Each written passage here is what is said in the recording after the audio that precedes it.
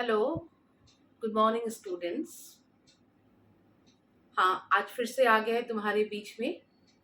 बहुत दिन तक मैंने कोई वीडियो अपलोड नहीं किया, कुछ पर्सनल काम था। तो आज फिर आपके सामने आ गए। तो आज हम पढ़ाएंगे आपको, पढ़ाना नहीं है, बस आपको बताना है कि क्लास 11th में आपको क्या पढ़ना है। क्योंकि बच्चों, जो लोग क्लास 10 से अभी 11th में आ रहे हैं, तो मेरे पास बहुत सारे बच्चे फ़ोन करते हैं कि मैम कौन सा किताब पढ़ना है, इकोनॉमिक्स कितने मार्क्स के हैं, कैसे पढ़ेंगे, क्या पढ़ना है।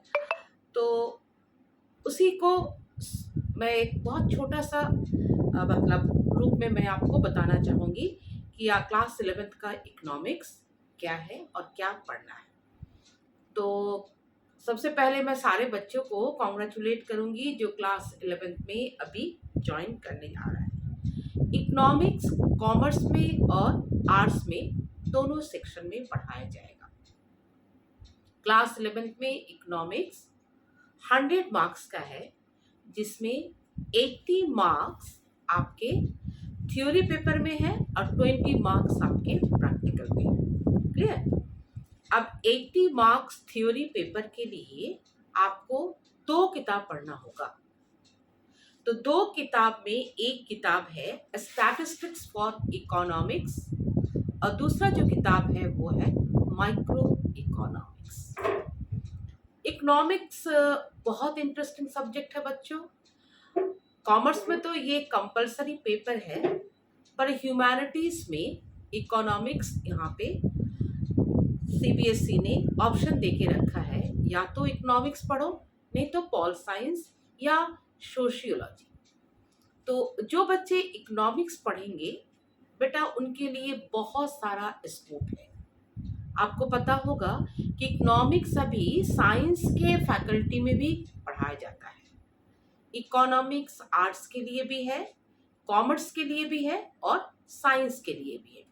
हाँ, कुछ दिन पहले एक स्टूडेंट मुझसे पूछ रहा था कि मैम क्या आर्ट्स का इकोनॉमिक्स और कॉमर्स का इकोनॉमिक्स सेम है।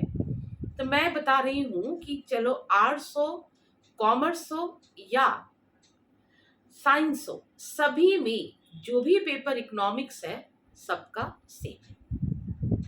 अब आते हैं क्या पढ़ना है। सिलेबस आपको क्या बताता है। इकोनॉमिक्स 80 मार्क्स का थ्योरी पेपर है और 20 मार्क्स का प्रैक्टिकल है। और ये प्रैक्टिकल में जो भी टॉपिक आपके रहेंगे वो सीबीएसई की तरफ से दिया जाएगा। आप अपने मन से कोई भी टॉपिक चूज नहीं कर सकते हैं। क्लियर? अब आते हैं हम थ्योरी पेपर। थ्योरी पेपर में इकोनॉमिक्स को का 2 पार्ट है, 2 भागों में बांट दिया गया है। नंबर 1 स्टैटिस्टिक्स फॉर इकोनॉमिक्स और नंबर 2 माइक्रो इकोनॉमिक्स। हाँ, एक बात और कहना है, स्टैटिस्टिक्स के नाम से आप डरो नहीं। बहुत सारे बच्चे हैं मैथ्स के नाम से या स्टैट के नाम से डर जाते हैं, बट ऐसा नहीं है। ये बहुत ही आसान सब्जेक्ट है। स्टैटिस्टिक्स आपको पढ़ना है 40 मार्क्स का और माइक्रो इकोनॉमिक्स आपको पढ़ना है बेटा 40 मार्क्स का। तो दोनों पेपर मिलके हो जाता है 80 मार्क्स और 20 मार्क्स आपको जो है वो है आपका practical.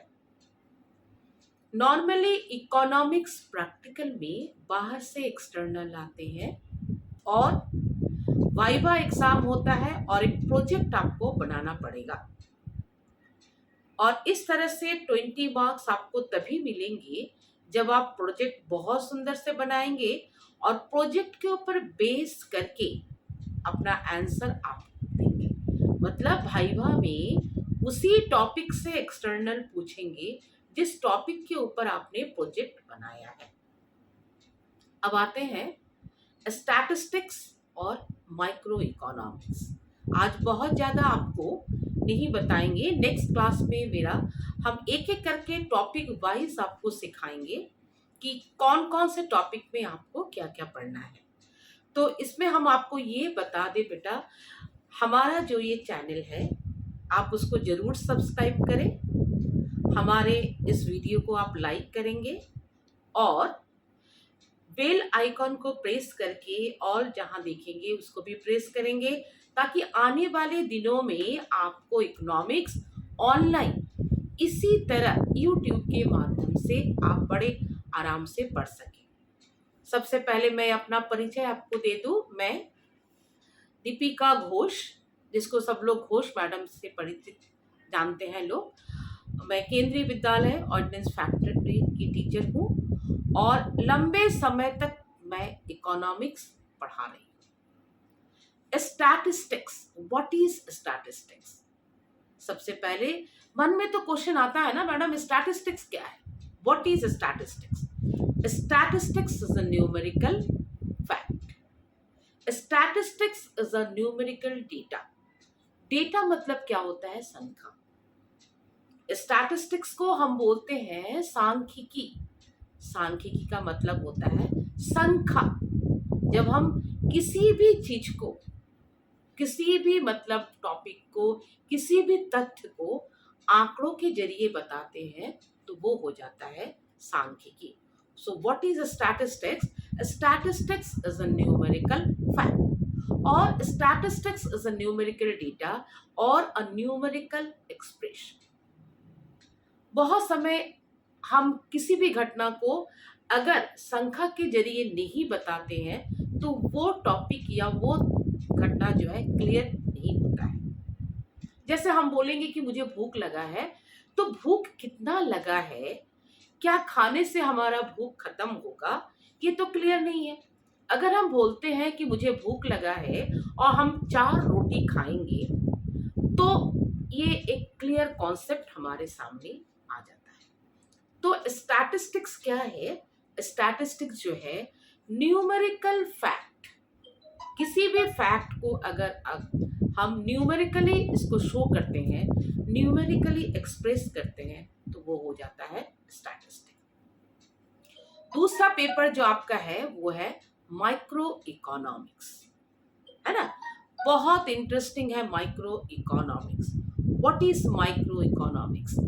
Micro economics is the branch of economics which deals individual problems। Micro मतलब ये शब्द आया है माइक्रोस्कोप से, माने बहुत छोटा। Micro economics means, micro means small.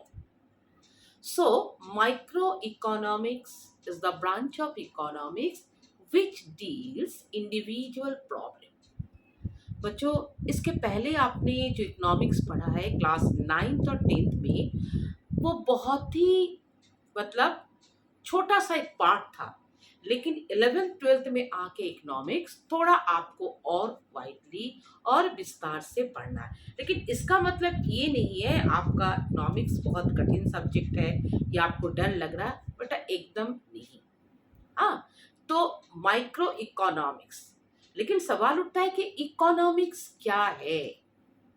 मैं आपको माइक्रो और मैक्रो इन सब चीजों के बारे में अगर बताऊं, लेकिन पहले आपको मैं इस चीज को बताना चाहती हूं कि what is economics. Economics is a subject of money matters. अर्थशास्त्र मुद्रा संबंधी विषयों के बारे में बताता है।